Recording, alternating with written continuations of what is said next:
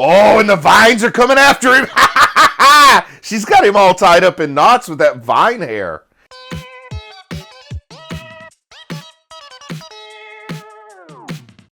All right, getting into some more My Hero Academia, seeing how these brackets play out. We got to have a little bit of fun with Deku in that last one. Let's see who we get to fight against each other in the next one. I know it was teased a little bit, but I want to see how it plays out. So, you know, without any further ado, really, at this point, I just want to go ahead and let's jump into the episode.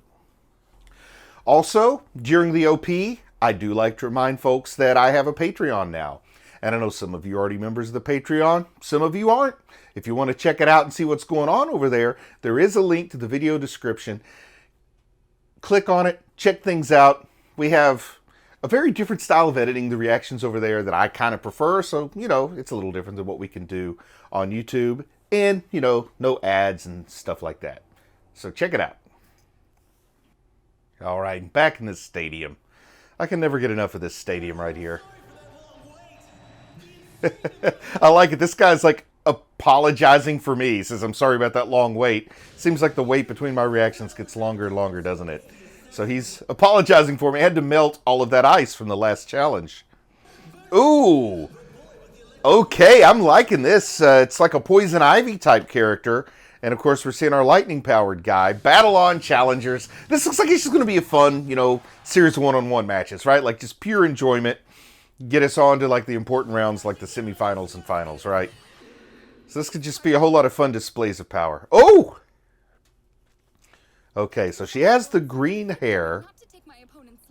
And I kind of thought that looked plant-like, so I thought maybe she's sort of a Poison Ivy type, but then they did call her an assassin, so I want to see what her character's all about. Oh, wow. So she almost seems a little too, like, noble and holy here, doesn't she? Like she's up to something. I can't wait to see what her ability is. Maybe she is being a jerk. You know, they say like kill you with kindness. Sometimes you can wear courtesy like armor as a way to get people to let their guard down, and then you stab them in the back and it hurts 10 times as much without a backstab. Uh-oh. He likes the girls with the green hair that looks a little bit like kelp. The kelp-haired woman. That's a poem. The woman with the kelp-like hair. Asking her out on a date while they compete. That's a real, like... Oh, man, that is a very... Too much ego in that kind of move, you know? Asking your opponent out on a date. That's a little too arrogant or something. I don't think it's a good look. She's not going to be into it. Oh, wow! With that... Well, I guess it's amperage, not voltage, that kills you. But still, that many volts, it's scary. Oh, her hair! Her hair shielded her! It was like a green wave that she built with her hair, like a little... Oh, and the vines are coming after him. She's got him all tied up in knots with that vine hair. But I like the way she like shoots it loose from her body. I was picturing a more Medusa, like Shiozaki's hair would stay attached and she would control it. But no, I like it shoots off and has a mind of its own. That actually has a lot of applications you could have fun with. I really like that quirk they gave her. Quirk Vines. Vine Lady. It's the detachable aspect that makes me really find this quirk interesting. Good job. That guy just looks like a maniac with the scarring or the designs around his eyes. Oh, I love it. He said it was going to be quick, but he didn't know he was going to be the loser, right? Oh, 1B versus 1A. This rivalry is grand. Because, like, your instinct is to cheer for the underdogs. So 1B are kind of the underdogs. But they're also kind of jerks. Which makes it this weird thing where you cheer against the underdog. I like it. I think it's cool. Oh, telling the wooden guy to get the Vine girl who's cute. You know, to each his own. Some people are into hair that has briars in it. And some people are not. I'm already spoken for, so it's irrelevant what my preferences are regarding thorny hair. Because the Vine did seem to have some briars on it. He's still all like gung-ho. At least he loses like with dignity. You know what I mean? He's not a sore loser. Oh, he's freaking out. So this is cool because it's showing how these people have these abilities that didn't really apply to the tryouts, but they come in really handy in real-world situations. Of course, I feel like this is a lesson the school would have learned in its first few years instead of now, but, now that we're watching is a good time for this lesson to be taught. Oh, she's accusing him of having deep strategy, and he's really just panicking. Deku's such a cool little character. Yeah, I think he's having as much fun as I am, just like watching and analyzing all these different abilities. Oh, wow. The picture? She's so impressed.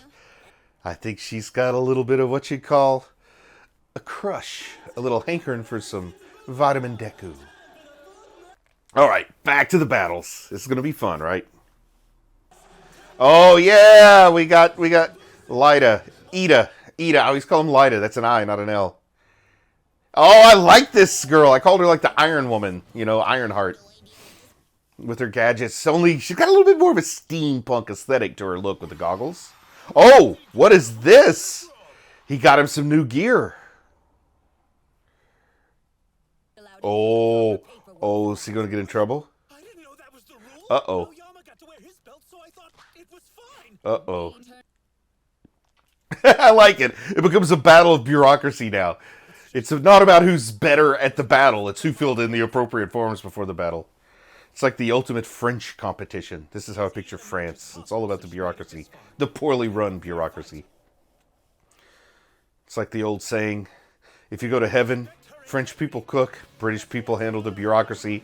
If you go to hell, British people cook, French people run the bureaucracy. At least that's what I've been told. All right.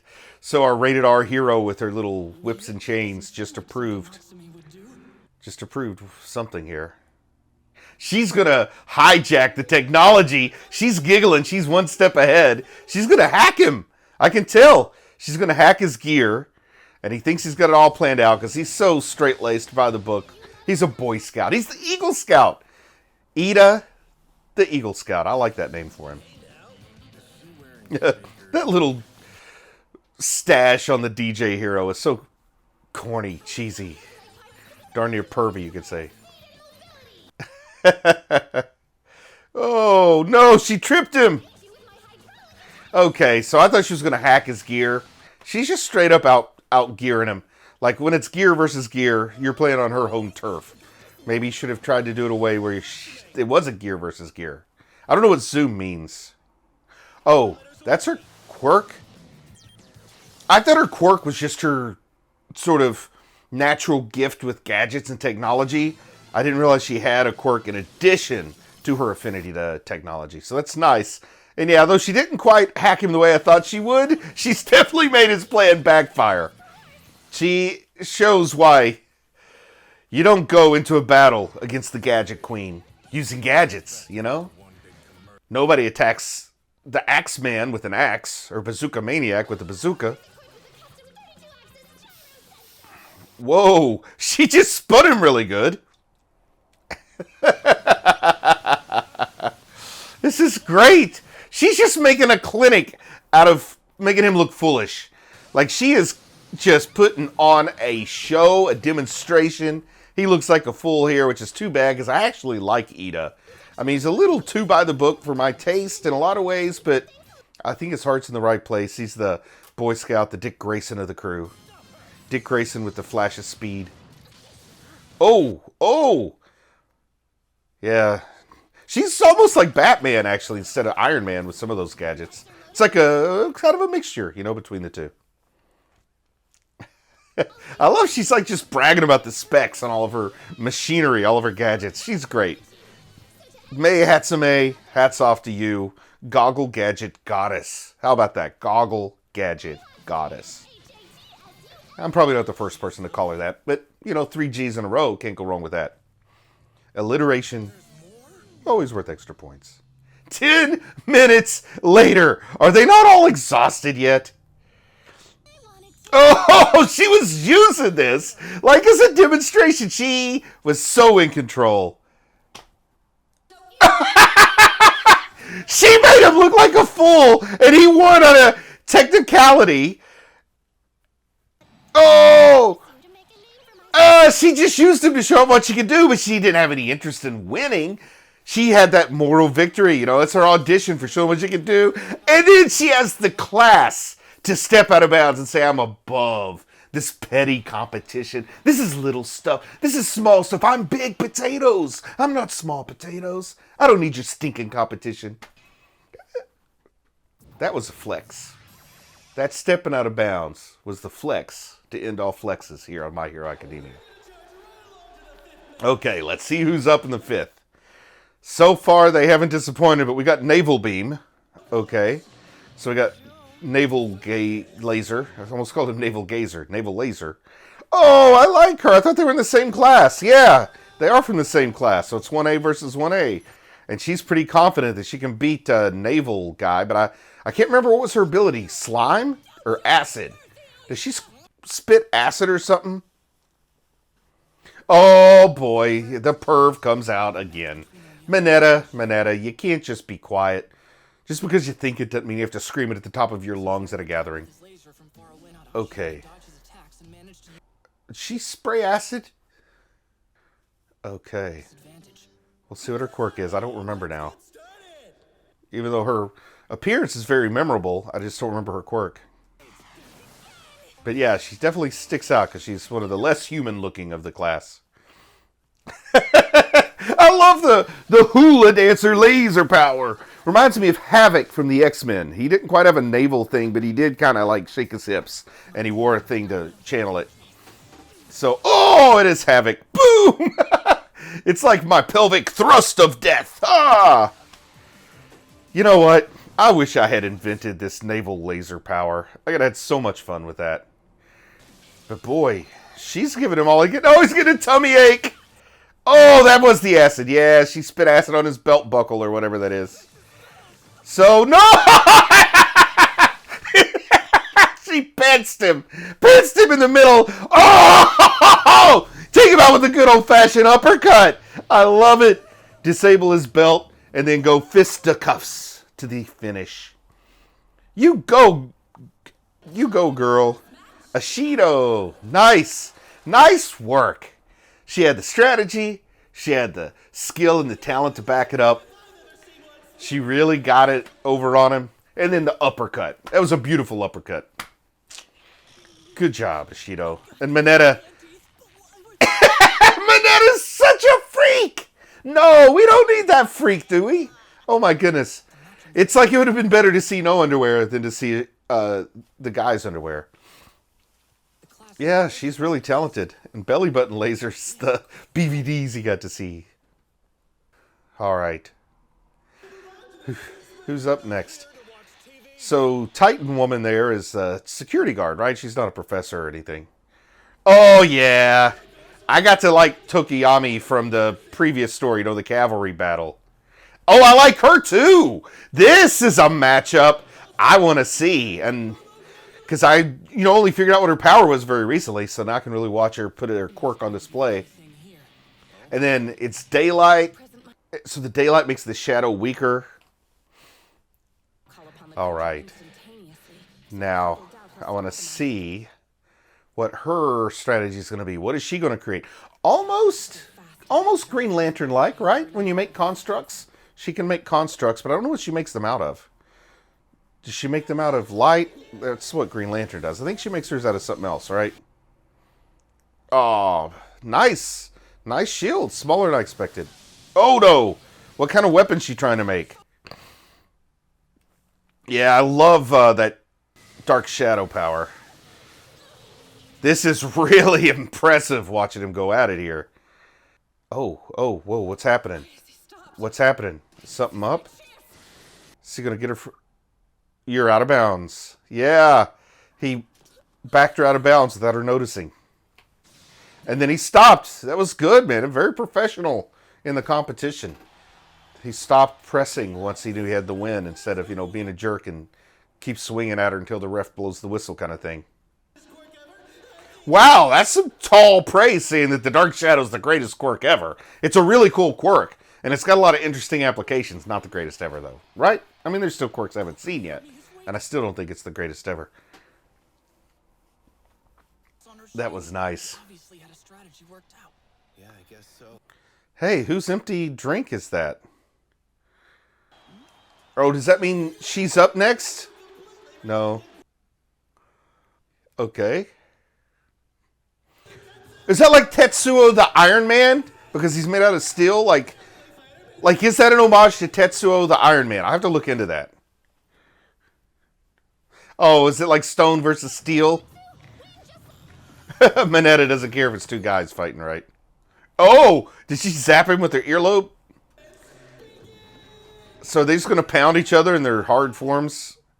Yeah, it's like stone and steel. I think steel wins in stone versus steel, doesn't it? Like hammers break stone all the time. Uh-oh. Who's in here? Ochaku is in there. Uh-oh. Uh-oh. What's going on? Oh, okay. I thought she was angry, but she's just nervous. I get it. Oh, man. She's got to go up against Bakugo. I hope she takes him out. But Bakugo's skilled. He's tough and he's strong. Oh. Means that the strongest, physically strongest, doesn't always have to win. Oh, so he came in there to help his friend, right? With her battle against Bakugo. This is fun. Kind of like Ben Grimm versus Colossus here, right? Hope you guys don't mind me making all the like comic book comparisons. It's just how my mind works when I think of stone hands versus metal hands. Now, I'm curious to see how she's going to use her quirk in a one-on-one battle, because I don't see the application of her zero-G power quirk in a one-on-one fight. Like, I can see how it does a lot of good in a teamwork situation. I just don't think she's suited at all for Bakugo, though. Plus, she has to get close enough to touch him to send him up floating, and if he's close enough to touch her, it's hot hands and it's all over.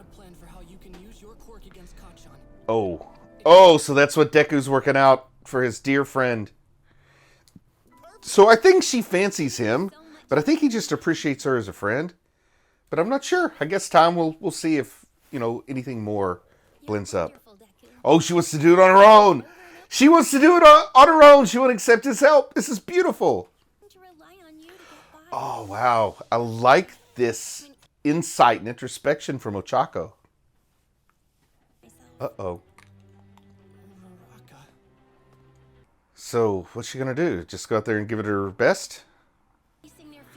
Which, I appreciate it. Oh, so she's saying, you can't help me no matter how much our friendship is there right now. This is weird. I don't like making them rivals, but I think teamwork is really the answer for these heroes to be successful long term. I don't like how they build a rivalry.